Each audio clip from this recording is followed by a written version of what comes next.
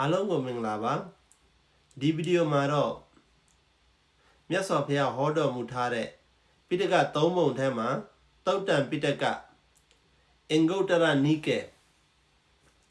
ဓမ္မပဒယမကဝက်ပေါ့နော်ယမကဝက်မှာပါဠိဂါထာတော့20ဂါထာ20ဝတ္ထုကတော့14ခုအစမှာကျွန်တော်ဝတ္ထု20လို့ပြောခဲ့တယ်အဲ့ဒါနည်းနည်းမားသွားပါတယ်အဲ့ဒါအတွက်တောင်းပန်ပါတယ်ဝတ္ထုကတော့14ခုပါဠိဂါထာက20เนาะ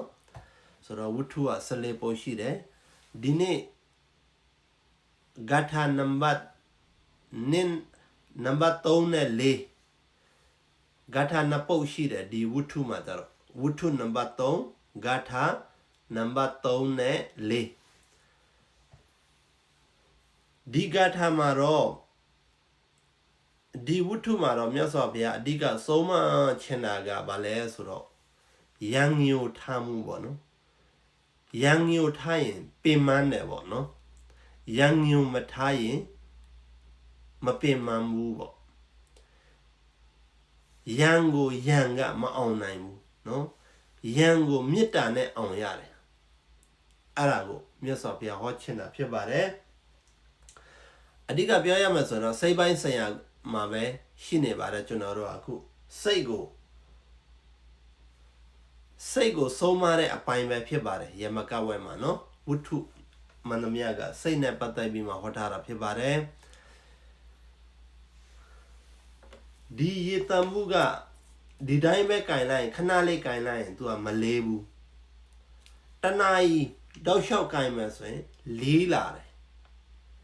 ရေကများလို့လေးတာမဟုတ်ဘူးသူ့ကိုအကြာကြီးကင်လို့လေးတာနော်အဲ့ဒီကြောင့်မလို့ကျွန်တော်တို့ဗာသိရမလဲဆိုရင်ပစ္စည်းဥစ္စာတွေကတို့ဒီမဟုတ်ဘယ်အာယုံပဲဖြစ်ဖြစ်ဘယ်ဓမ္မသဘောတရားပဲဖြစ်ဖြစ်ငယ်တာကြီးတာမဆိုင်ဘူးအဓိကတော့သူ့ကိုကဘလောက်အထိဆွဲကင်နေမှလဲဘလောက်အထိသူ့နဲ့ကိုကဆွဲလန်းနေမလဲအဲ့ဒါတွေကအဓိကဖြစ်သွားပါတယ်အရာတတိမှလည်းကျွန်တော်တို့တစ်ခါလေးမကျင်နှံ့မှုဆိုရင်အဲ့ဒါကျွန်တော်တို့ကဒုက္ခတွေအကြီးကြီးဖြစ်သွားတယ်နော်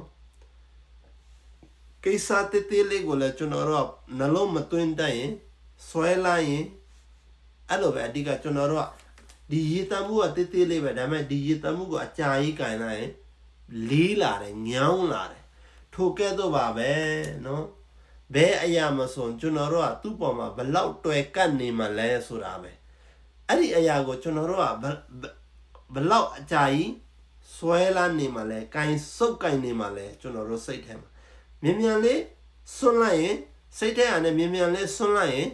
စိတ်ချမ်းသာသွားပြီအဲ့ဒါဗုဒ္ဓဟောတဲ့တရားဓမ္မအဓိကချမ်းသာမှုကဒါပါပဲနော်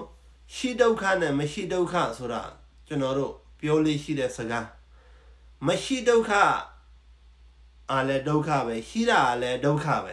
ရှိတာကိုထိန်းရတာခက်တယ်လို့မရှိတဲ့လူကလည်းမရှိလို့ခက်နေတယ်ဒါပေမဲ့ဒုက္ခနှစ်ခုထဲမှာမရှိတာကတော့မရှိတဲ့ဒုက္ခကပိုနေတာပေါ့နော်မရှိဘူးဘာမှဆွဲလန်းစရာမရှိဘူးရှိတော့လည်းပြန်ဆွဲလန်းစရာတွေများသွားပြီသူ့ကိုထိန်းရမယ်သူ့ပေါ်မှာအမြဲတမ်းအများကြီးပေါ့ဒါလူရင်းတို့ပြောရမှာဆိုရင်အများကြီးရှိတယ်အဲ့ဒါကိုအမြဲတမ်းပူဆွေးနေရတာပေါ့နော်ဒီဝတ္ထုနံပါတ်3ကတော့မြတ်စွာဘုရားကတိတ္တယဟန်ကိုဟောတာဖြစ်ပါတယ်တိတ္တယဟန်ဆိုတာတိတ္တတွေကအများကြီးရှိပါတယ်ဒီနေရာမှာကျွန်တော်တို့ကทุนโลติสอနော်ဒီလူရင်းတို့ပြောရမှာဆိုရင်တိတ္တယဟန်ပေါ့နော်ဒီတိတ္တယဟန်ကြတော့မြတ်စွာဘုရားရဲ့အမိဖက်ကရွှေမြတ်တော်ဆက်တဲ့ယဟန်တစ်ပါးဖြစ်ပါတယ်အမိဖက်ကရွှေမြတ်တော်ဆက်တဲ့ယဟန်တစ်ပါးပေါ့မြတ်စွာဘုရားနဲ့ရွှေမြတ်တော်ဆက်တာပေါ့သူကအသက်ကြီးမှယဟန်ဝတ်တာဒီတိတ္တယဟန်ကအသက်ကြီးမှယဟန်ဝတ်တော့ဗုဒ္ဓသာသနာမှာ ဝါကိုအဓိကထားတယ်အသက်ကိုအဓိကမထားဘူးနော်ဝါတော်ကိုအဓိကထားရတယ်ပြီးတော့ဉာဏ်တော်တို့ပညာတွေကိုအဓိကထားရတယ်ဝါငယ်ပေမဲ့ပညာအားကြီးတယ်ဆိုရင်လည်းနော်အဲ့ဒီပညာကိုကျွန်တော်တို့ကကိုရင်ငယ်ဖြစ်ဖြစ်ဓမ္မပလင်ပေါ်မှာတက်ပြီးမှတရားဟောမယ်ဆိုရင်ဝါကြီးတဲ့ယဟန်တွေအောက်မှာထိုင်ရမယ်အဲ့ဒါကြတော့ကျွန်တော်တို့တရားကိုလေးစားတဲ့အပိုင်းဖြစ်သွားပြီအဲ့လိုမျိုးပေါ့နော်မြတ်စွာဘုရားသာသနာမှာမူစီကံရှိတာပေါ့နော်အသက်ကြီးပေမဲ့လည်းအသက်ကြီးတာကိုတော့ဘယ်လိုလဲဆိုတော့ကူညီရမယ်ဒါပေမဲ့ဒီရှိခိုးရမယ့်အပိုင်းတွေမှာကြတော့ဝါကြည့်တဲ့ပုံပုံကိုရှိခိုးရတယ်လောကမှာကြတော့အသက်ကြီးတဲ့လူကိုဦးစားပေးတယ်သာသနာမှာကြတော့ဝါကြည့်တဲ့ပုံပုံကိုနေရပေးတာပေါ့လေးစားရတာပေါ့နော်ဆိုတော့ဒီတိတ်တယဟန်ကြတော့အသက်ကြီးမှယဟန်ဝတ်တယ်ပြီးတော့ तू ကဝါငငယ်လေးပဲရှိတယ်အသက်သာကြီးတာပြီးတော့ तू ကကိုယ့်ထက်ဝါကြီးတယ်ယဟန်တန်ဃာကိုလည်းမလေးစားဘူးပြီးတော့သူထက်အသက်ငယ်တယ်ဒါပေမဲ့ဝါတွေကြီးတဲ့ယဟန်တွေစီယာနဲ့ तू ကသူတို့ရဲ့ဘယ်လိုပြောရမလဲမြန်မာစကားမှာကိုယ့်ထက်ဝါကြီးတယ်ဒါပေမဲ့အသက်ငယ်တဲ့ယဟန်တွေကိုလည်း तू ကမလေးစားဘူး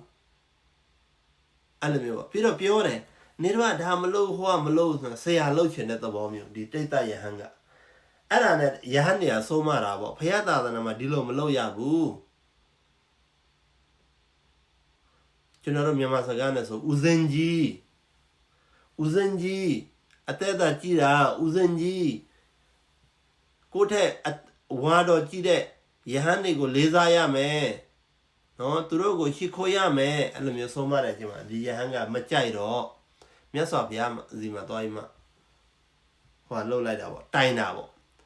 အရှင်ဘုရားရဲ့တပည့်တွေကတပည့်တော်ကိုဒီလိုလှုပ်တယ်ပေါ့သူ့မှာနည်းနည်းရွှေမျိုးမာနတွေပါတာလဲဖြစ်မယ်ပေါ့နော်အရှင်ဘုရားရဲ့တပည့်တွေက